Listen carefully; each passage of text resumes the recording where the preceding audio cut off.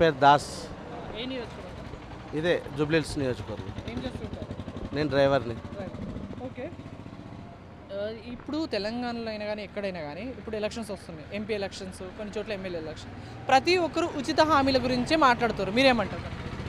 ఎక్కడొస్తున్నాయండి ఉచిత హామీలు? ఎవరికి ఇస్తున్నారు? ఏ ప్రభుత్వం వచ్చినా కూడా ఏం చేసేది ఏం లేదు. మా డ్రైవర్ జీవితాలు మారలేదు, ఆటో డ్రైవర్ల జీవితాలు మారలేదు. ఈ ఫ్రీ బస్సు పెట్టేసి ఆటో డ్రైవర్లు ఆటోలు నడుపుకోవాలన్నా కూడా భయం అయిపోతుంది. ఏం లేదు.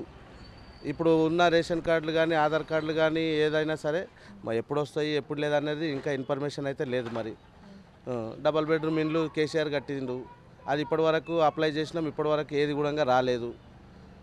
ఈ డబుల్ బెడ్రూమ్ ఇల్లుల మీద ఇందిరమ్మ ఇల్లులు కూడా ఇంతకుముందు ఉండే, అవి కూడా శాంక్షన్ కాలేవు.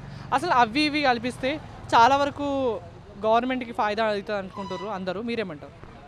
అవును, ఇప్పుడు నేనేమంటున్నా అంటే ఇలా కట్టియడం రియల్గా రైట్ అంటారా?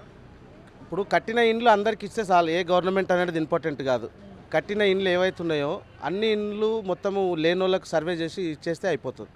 మళ్ళీ దుబారా మళ్ళీ ఖర్చు పెట్టి మళ్ళీ కట్టుడు, దాన్ని మళ్ళా పబ్లిక్ పైసనే నష్టం అవుతుంది, అంతేగాని వేరేది ఏమి ఉండదు.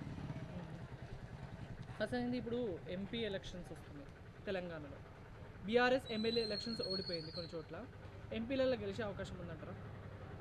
తక్కువ ఉంది, కాంగ్రెస్ గెలుస్తుంది. ఎందుకు? ఎందుకంటే ఇప్పుడు రూలింగ్ పార్టీ కాబట్టి కాంగ్రెసే గెలుస్తుంది. ఆల్రెడీ గవర్నమెంట్ రేవంత్ రెడ్డి గారు గత ప్రభుత్వం లాస్ చేసింది కాబట్టి ఇప్పుడు మేము ఇయ్యలేకపోతున్నాం అని అంటారు. మళ్ళీ వాళ్ళ హామీలు మాత్రం ఖచ్చితంగా నెరవేర్చాలని చూస్తారు. దాని మీద మీరేమంటారు?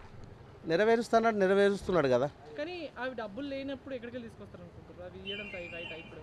ఇప్పుడు ఉన్న ప్రభుత్వం అంతా జాడు కొట్టేసినట్ల మొత్తం ఖాళీ చేసిపోయిన తర్వాత కొత్త ప్రభుత్వం వచ్చినప్పుడు కొంచెం లేట్ అవుతుంది. ఎవరైతే, నేను పార్టీ ప్రకారంగా మాట్లాడతలేను, వీళ్ళు కుదురుకునికే కొంచెం టైం పడుతుంది. ఇస్తాడు 6 పథకాలు.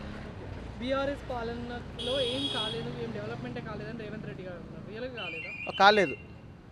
కాలేదు. ఎందుకు కాలేదు? జాబులు ఇస్తున్నాడు, జాబులు రాలేదు. ఇప్పుడు ఏమంటారు, కానిస్టేబుల్ 2 సార్లు 3 సార్లు గత 10 సంవత్సరాల నుంచి ఏం కూడా కానిస్టేబుల్ ఒక్క పిల్లగానికి కూడా రాలేదు. టీచర్స్ పోస్టులు ఎక్కడ కూడా జాబ్లే రాలేదు ఎడ్యుకేషన్ పిల్లలకు. కాంగ్రెస్ నెరవేర్చే అవకాశం ఉందంటారా? ఉంది, ఛాన్స్ అయితే కనబడుతుంది. ఓకే.